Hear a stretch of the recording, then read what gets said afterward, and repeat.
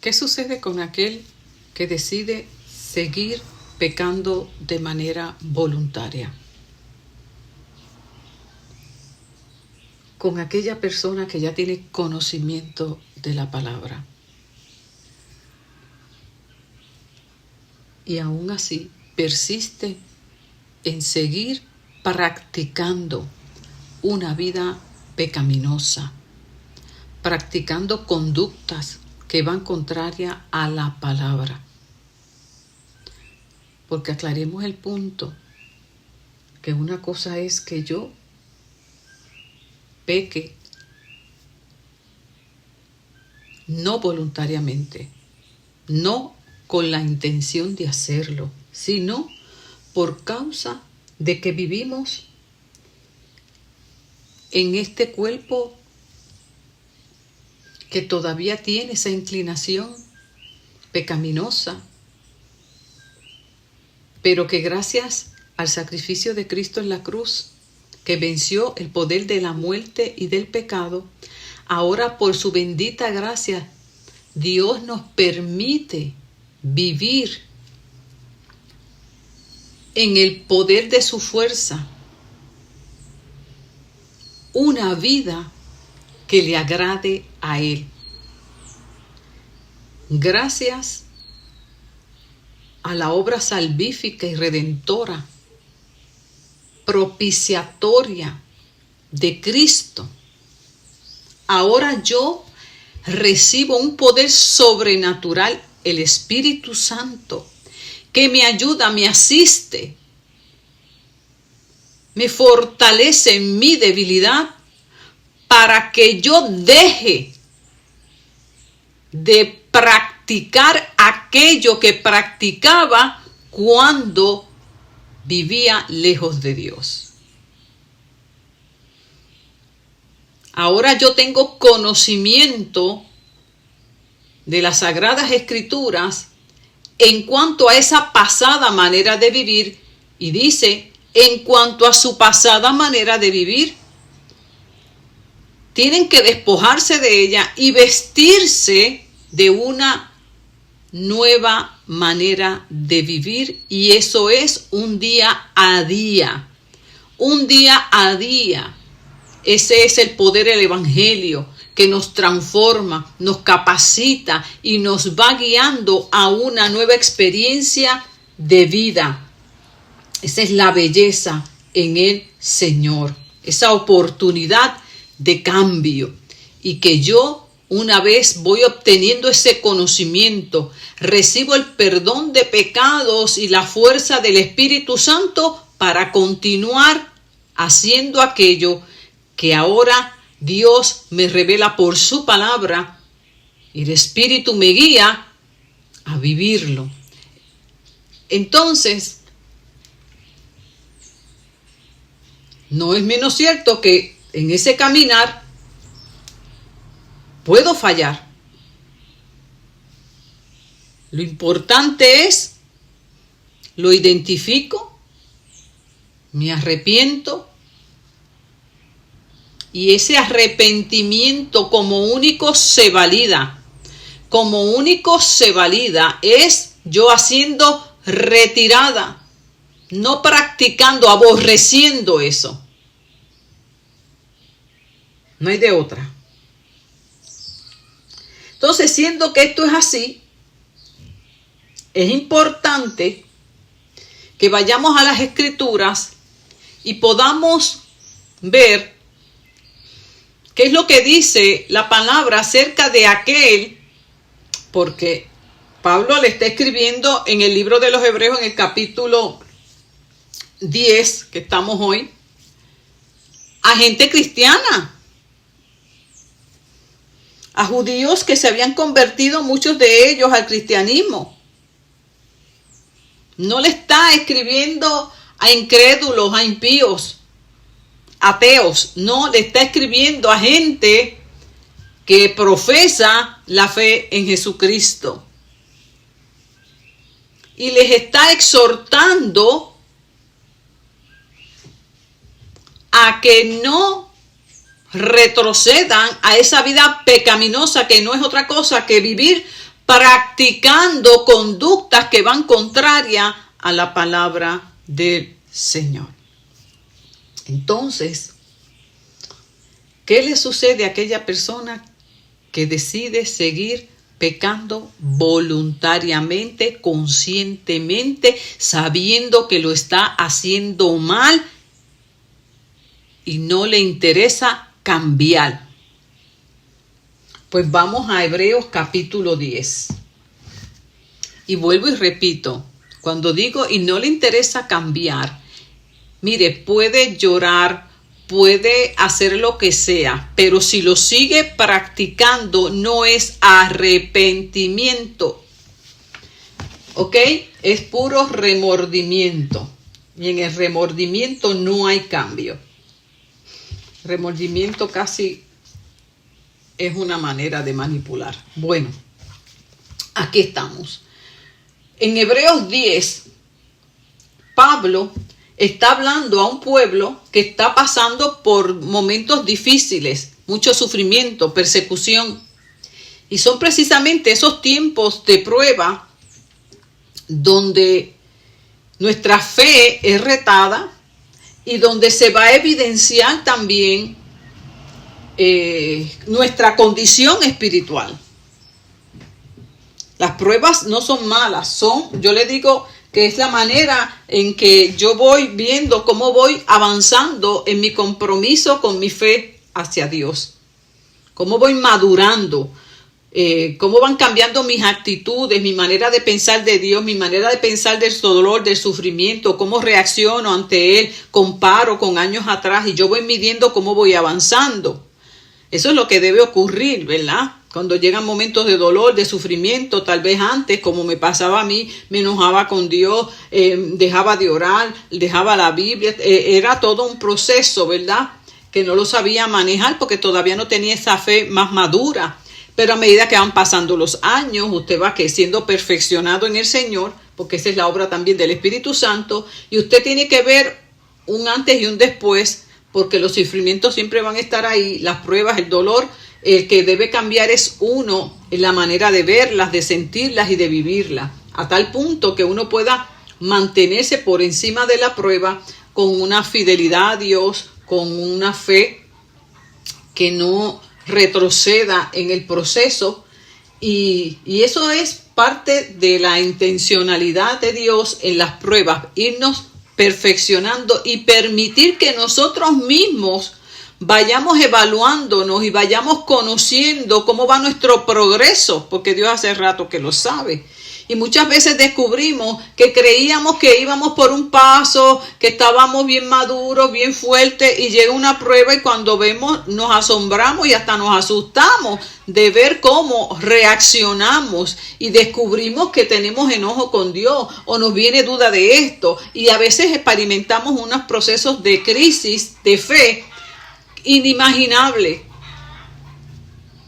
insospechables, y uno hasta se queda asombrado y dice, wow, yo pensé que yo estaba ya mucho más avanzado y mira dónde estoy. Así que las pruebas son una bendición de Dios para nuestra vida espiritual, si la vemos desde la perspectiva correcta. Así que en esa confianza las atravesamos. Entonces este pueblo estaba atravesando por unos tiempos difíciles y muchos dejaron de congregarse, de desanimarse, ¿sí? Estaban confundidos, desalentados, tentados a retroceder al judaísmo o a otras prácticas religiosas, ¿verdad? A su vida pasada. Y entonces aquí viene Pablo y les quiere dar una exhortación, y esto está muy atinado, muy pertinente a estos tiempos donde se ve, ¿verdad? Especialmente en áreas en Occidente, ¿verdad? Cuánto se ha ido descuidando la vida espiritual, cuánto se ha ido cambiando por otras maneras de pensar y de vivir. Y en medio de todas estas situaciones que estamos viendo y estamos siendo testigos, la palabra viene muy bien para que en estos tiempos no perdamos la perspectiva, ¿verdad? Y que en los momentos en que nos sentimos sin fuerzas, nos sentimos cansados, desanimados, en el camino de la fe, todo eso que nos viene, un desgaste, que podamos nosotros entonces mantenernos con nuestra mirada en Jesucristo, nuestro Señor. Como lo dice Pablo en el capítulo 12, ¿verdad? Que Jesús fue también un ejemplo, el mejor ejemplo, el perfecto ejemplo al cual debemos seguir en los momentos de decaimiento, de desaliento. Pues él dice en Hebreos 12, fijemos la mirada en el autor y perfeccionador de nuestra fe. Él es nuestro mejor ejemplo. Soportó la cruz, soportó el maltrato y ahora está sentado a la diestra. Y si alguna vez ustedes se sienten sin fuerzas, cansados, desanimados en sus caminos de fe, piensen en Jesús, quien soportó todo y venció. Y que esta es una lucha que es constante contra el pecado. Así que la exhortación precisamente es a que en esos momentos de desgaste, de desaliento y de desánimo, pongamos nuestra mirada en Jesucristo. Eso es lo que hace Pablo, constantemente exhortando. Y aquí, en el capítulo 10, tenemos a una iglesia que está desanimada, está desalentada por los sufrimientos y padecimientos que está atravesando. Muchos dejaron de congregarse, de reunirse, de buscarse, de seguir practicando buenas obras, ¿verdad? Perdieron mucho ese amor entre ellos mismos. Por eso es que Pablo viene entonces y los invita a que no se dejen de congregar como están haciendo algunos, sino que por el contrario permanezcan unidos en medio de tanta dificultad y prueba. Y es bueno porque cuando a veces uno comenta con otros hermanos, uno descubre que uno no está solo en el dolor, porque lo dice la palabra, que uno no es el único que está padeciendo, sino que muchos están en el mismo proceso de tribulaciones y de padecimientos. Y cuando usted se queda solo, usted piensa que le pasa como Elías, cuando Dios, ¿verdad?, allá estaba en la contienda con todos los falsos profetas y demás, y el desgaste fue tan fuerte que cuando habla con Dios le dice, es que yo solo he quedado, yo solo, porque usted se siente en esa condición, usted se cree que usted es el único que padece, que usted es el único que está sufriendo, y cae usted en una posición de víctima. ¿Y qué le dice el Señor? No, Pablo, estás equivocado. Tú no eres el único que estás ahí, yo me he reservado, hay gente ahí también, hay pueblo mío. Entonces, qué bueno, ¿verdad? Porque parte de esa terapia que Dios usó con Elías para sacarlo de esa crisis que tenía emocional, ¿qué hizo Dios? Le sacó de ese concepto que tenía de aislamiento, de soledad. Y dije, no, Pablo, Elías, tú no estás solo en esto, tú no eres el único. Por eso Pablo aquí exhorta, manténgase unidos, confesaos unos a otros y sanarán. Porque al escuchar tú al hermano y descubres que la batalla de él es peor, que tú dices, Dios mío, tú terminas dando gracias porque dices, gracias Señor, que eso yo no lo estoy viviendo, lo mío no es nada. Y recibes una terapia, una medicina, quedas nuevo. Es más, dice, Señor, perdóname, porque a la hora que yo lo que doy es vergüenza. Mira, yo muriéndome, acabándome por esto, y terminas orando por ese hermano porque sabes que está en una situación mucho más dolorosa y triste que la tuya. Por eso es que es tan importante no mantenerse aislado, ni dejar de congregarse, porque en esa unidad en el cuerpo, unos a otros, es lo que se supone que pase, nos edifiquemos y nos animemos a seguir hacia adelante. Entonces, Pablo los está exhortando y les dice,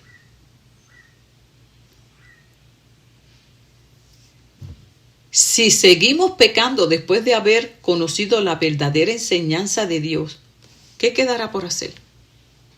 O sea, si después de yo haber recibido esa revelación hermosa de que Cristo murió en la cruz del Calvario por mí y me libró del poder de la muerte, me dio esperanza de vida eterna y por su sangre todos mis pecados, todos, mire, piense en el peor pecado que usted puede haber cometido antes de venir a Cristo. Todo eso fue perdonado por causa del sacrificio de Cristo en la cruz, como dice aquí Pablo. Si aún después de eso, de usted recibir, es como que usted está preso en la cárcel, con una condena perpetua, una perpetua. No tiene esperanza de salir nunca de ahí, nunca. En 4 paredes hasta que se muera. Y de momento alguien viene, se acerca a su celda y le dice, ¿puede salir?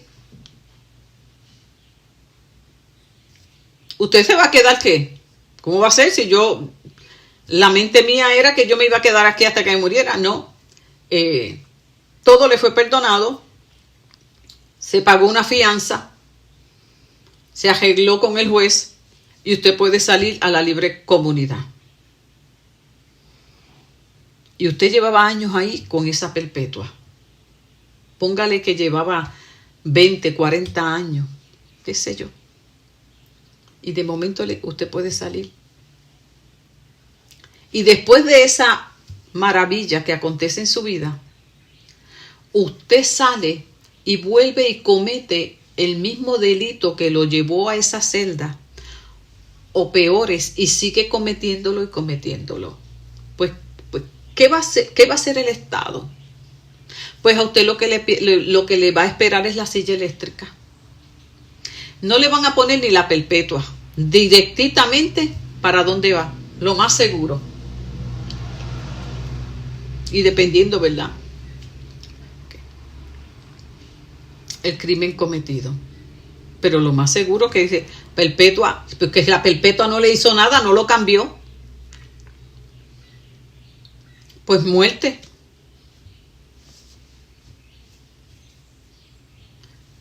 Pues esto es acá terrenalmente hablando.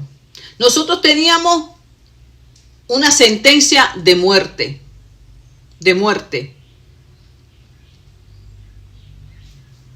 Eterna.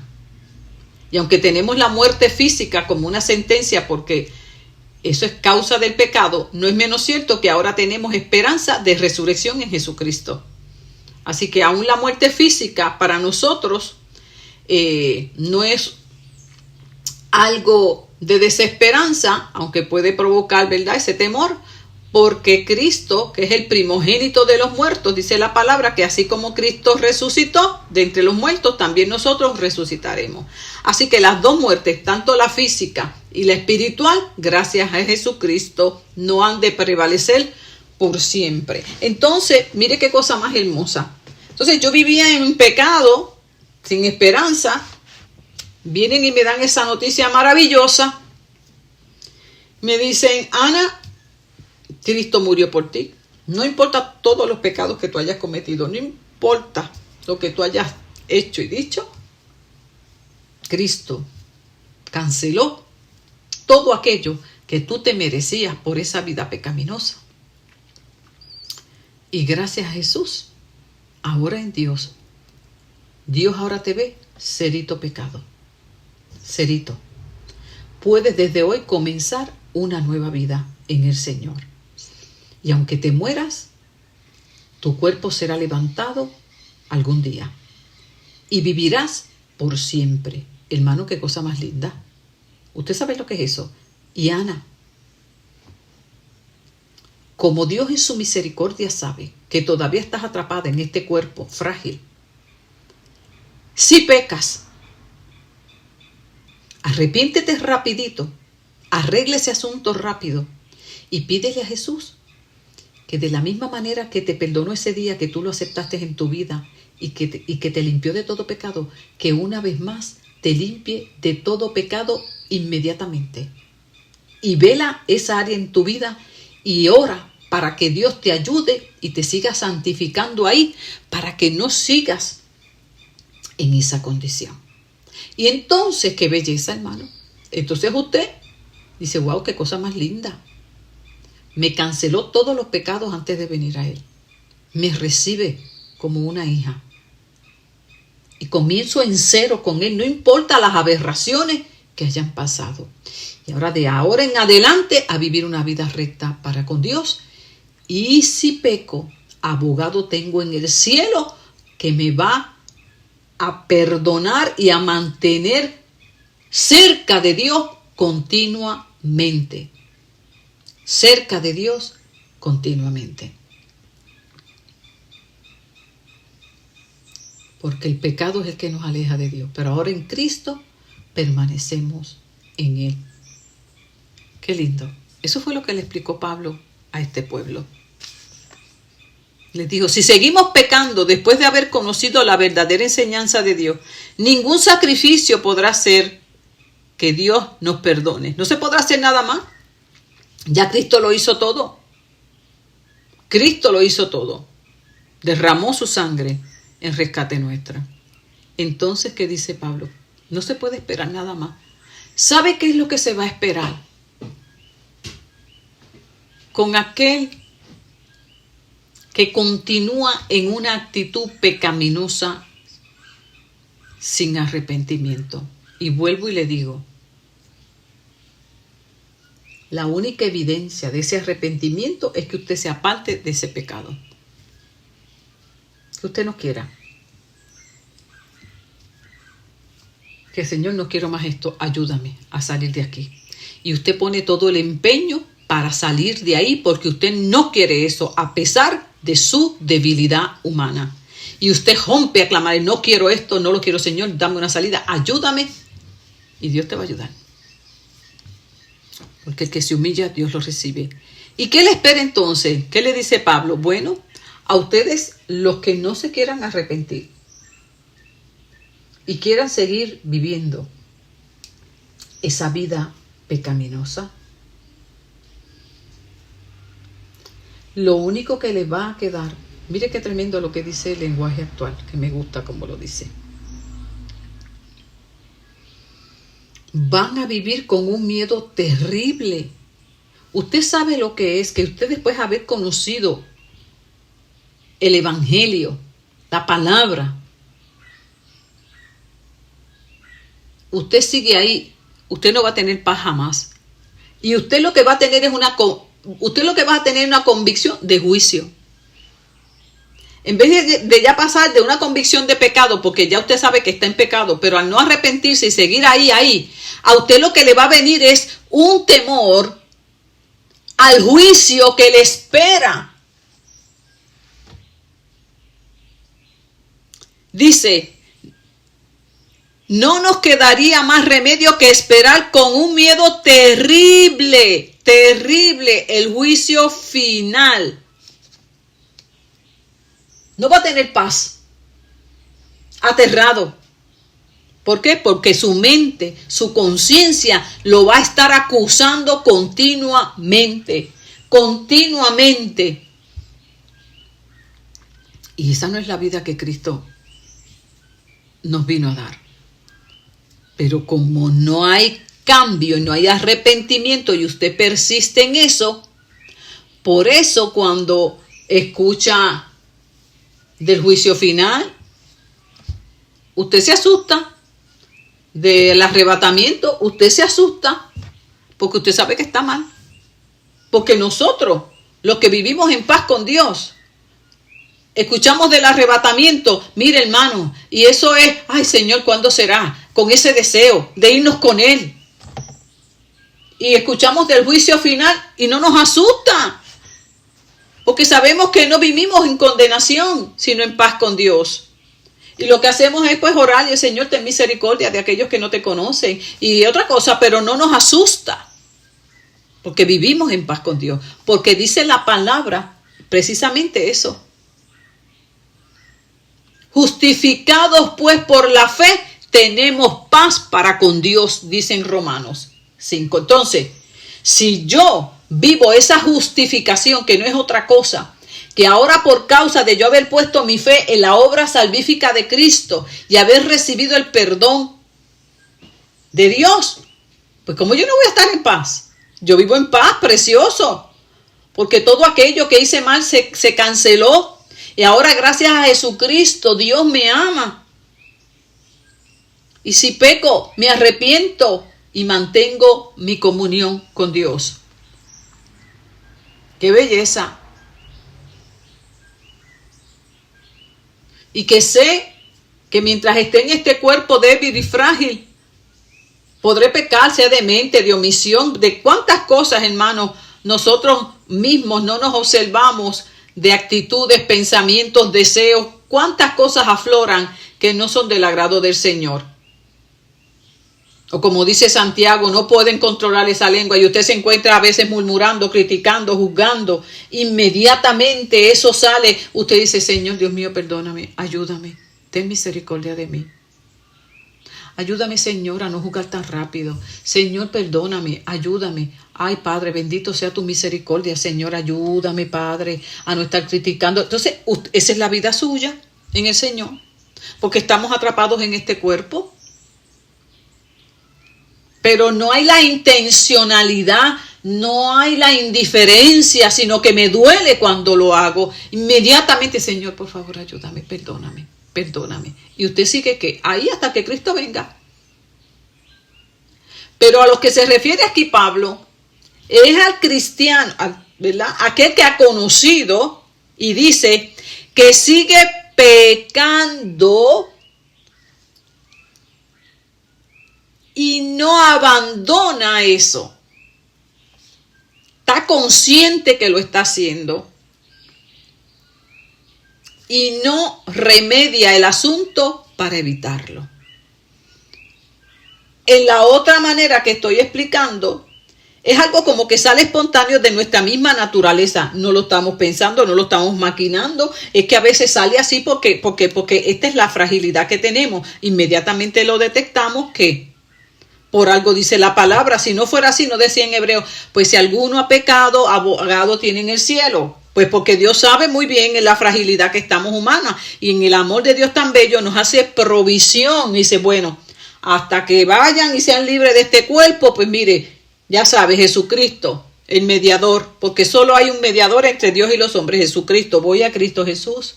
Ruégale al Padre, límpiame de todo pecado, de toda maldad. Señor, ayúdame, santifícame. Entonces, ¿qué pasa? Yo entonces voy a tener más cuidado, voy a estar más atenta para cuidarme de eso, porque sé que en esta área todavía no estoy muy santificada y le sigo orando ahí, y esto es así hasta que nos muramos, porque este es el cuerpo en el que estamos y anhelando un cuerpo glorificado. Ahora, la otra actitud, que es la que habla Pablo aquí, dice, seguir pecando voluntariamente. Sé que lo estoy haciendo, está mal, busco la manera que no se entere, lo oculto, me justifico, sigo ahí, no me esfuerzo por cambiarlo. No, hermano, eso ahí no hay ningún arrepentimiento. Entonces dice que ese tipo de persona por eso vive aterrada, con un miedo terrible. No tiene paz, le tiene miedo a Dios, le tiene miedo a todo el mundo, tiene miedo a ser descubierta. Eso es una vida totalmente bien triste, bien triste. Entonces, imagínese lo serio de esto, porque es bien serio, hermano. Cuando se peca deliberadamente, voluntariamente, o sea, cuando dice voluntariamente es que usted tiene conocimiento, pero usted sigue dirigiendo su voluntad a algo que es contrario a lo que Dios le dice. Y compara cómo era que se hacía en la ley bajo, ¿verdad?, el primer pacto, cuando una persona era encontrada culpable ante dos testigos, ¿verdad?, conforme a las estipulaciones, cómo era el proceso, y se le ordenaba que sin compasión la muerte a esa persona. Y él dice, imagínese lo terrible del castigo que van a recibir aquellos que desprecian al Hijo de Dios. Y vamos a detenernos aquí. Quiere decir aquí lo que dice la palabra, que cuando yo peco deliberadamente, voluntariamente, conscientemente, yo, en otras palabras, lo que estoy es despreciando. ¿Qué estoy despreciando? Pues como yo le expliqué al principio, yo estaba presa, tenía una perpetua, vienen y me dicen, Ana, usted está libre, y aquí, allá, y qué tremendo, y qué bueno, y yo sigo después haciendo la misma poca vergüenza que hacía antes, las mismas malas mañas. Yo desprecié la bondad que obraron sobre mí, la tuve en poco, no agradecí nada.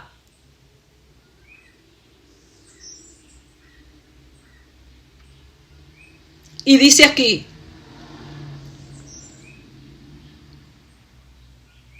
desprecian al Hijo de Dios. Si a esas personas que en la ley de Moisés la encontraban infringiendo algo en la ley, ¿verdad?, y la sentencia era que la mataran sin compasión. ¿Y por qué eso era así tan trágico y tan fuerte para nosotros? Pues acuérdense que esto lo que está señalando es, ay, hermano, la paga del pecado es muerte. Y aquí la vemos en toda su manifestación.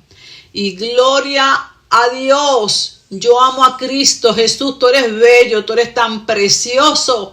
Porque ¿qué hubiera sido de nosotros si Cristo no hubiese obedecido el plan de Dios? No teníamos esperanza.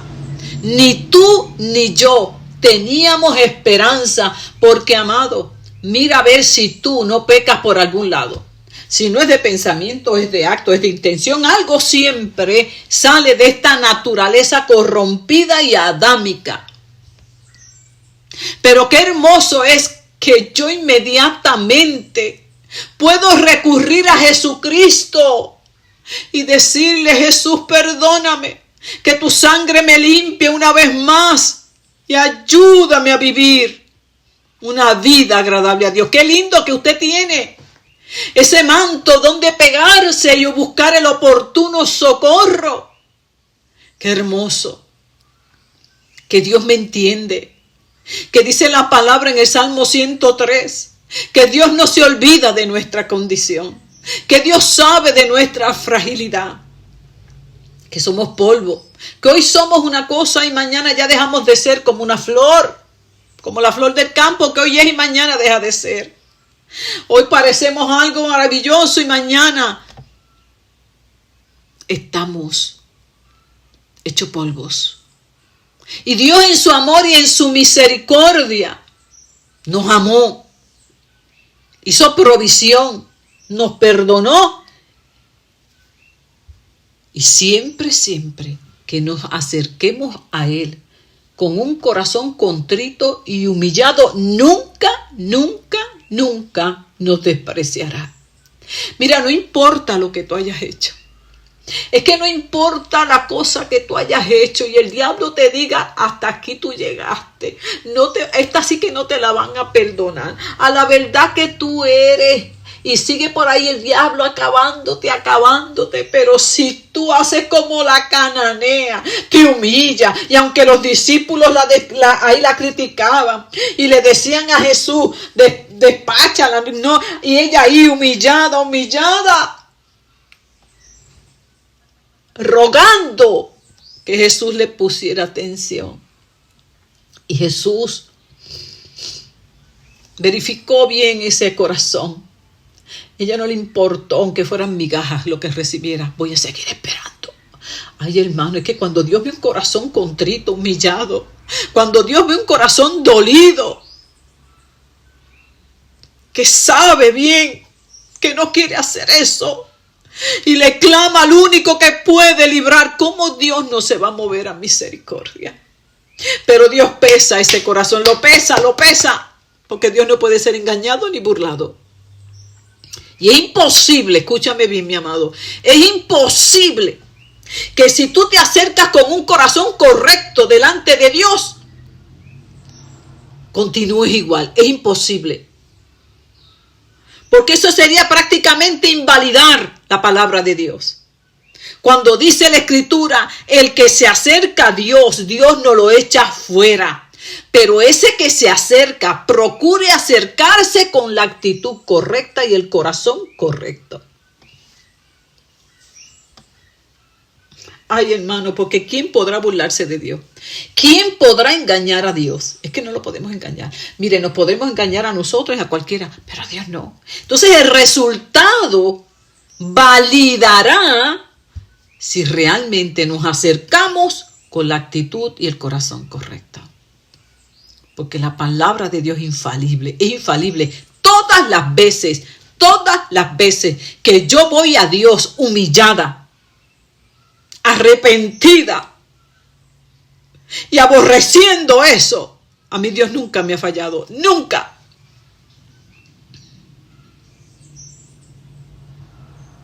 Y de la misma manera en que en otras etapas de mi vida no me importaba y seguía en la poca vergüenza, como uno dice, ¿sabe qué? Bien claro lo dice la palabra. Al que tiene por hijo, lo va a azotar, lo va a corregir, lo va a disciplinar.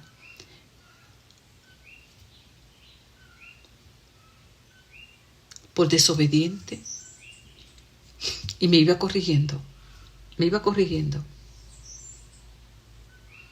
Porque en medio de todos esos procesos había un deseo de avanzar. Y él sabía muy bien que habían áreas que yo necesitaba liberación en medio de mi cautividad. Pero aquí, cuando es que se tiene en poco, y yo me burlo, y yo busco la manera de seguir engañando, de seguir aparentando aquello que no es, ahí hay un gran peligro. Mire, hermano, cuando nosotros vamos a las Escrituras y tenemos un ejemplo tan tremendo, ¿cuántos se acuerdan de Ananías y Zafira? ¿Cuál fue realmente el pecado de Ananías y Zafira en el libro de los Hechos? Porque en el libro de los Hechos que encontramos este relato, en el capítulo 5, gracias Espíritu Santo que siempre me ayuda, aquí en el capítulo 5 dice, escucha, y esto voy a darle continuidad, este es un mensaje, pero no es la clase de metanoia, podría ser la introducción, bendito Dios. ¿Qué hizo Ananías y Zafira? ¿Cuál fue el gran pecado de ellos?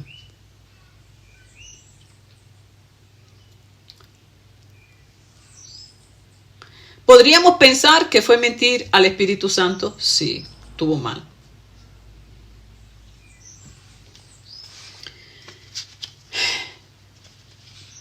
¿Cuál fue? Quisieron en el capítulo 5, cuando Pedro le pregunta, ¿en cuánto vendiste la heredad, Pedro? Ananías. En tanto. Uh-huh.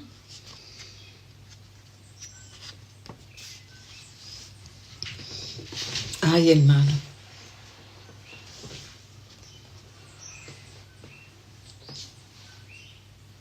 Escuche bien. ¿En cuánto la vendiste? Le preguntaron.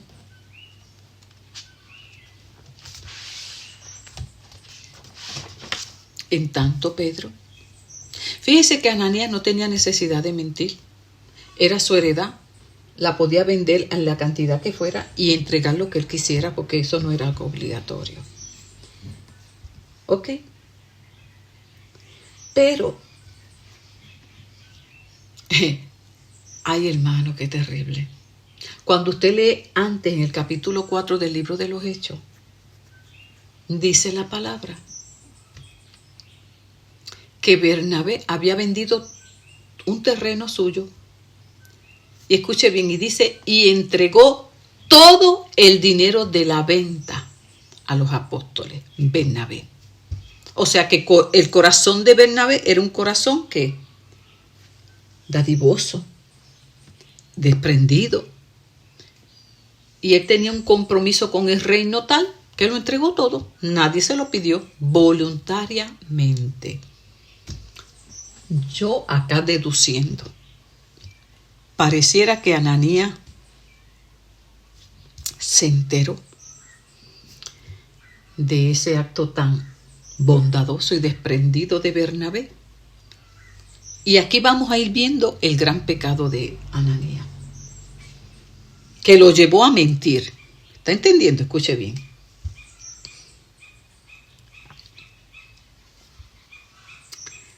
Él sintió que, ay, hermano, usted sabe cuando usted empieza a sentir un celo y una envidia por aquella persona que está en un nivel espiritual como él y está en una madurez espiritual y en una consagración, y usted quisiera eso, no por estar consagrado, no por tener una relación con Dios, no, porque si tuviera esa relación no pasaba esto.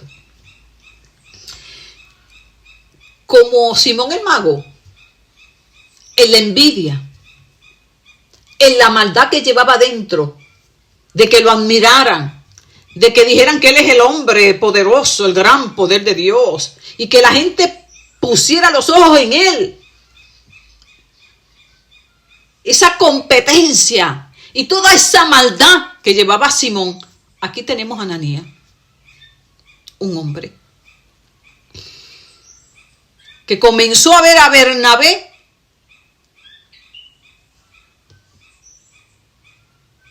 y sus actos y su comportamiento y su conducta de una manera muy admirable, pero que él, Ananías, no estaba en ese mismo nivel de consagración.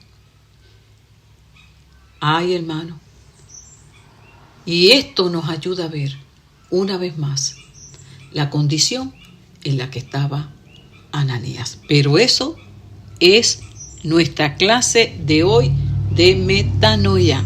Así que solamente hoy estoy dando una muy buena introducción.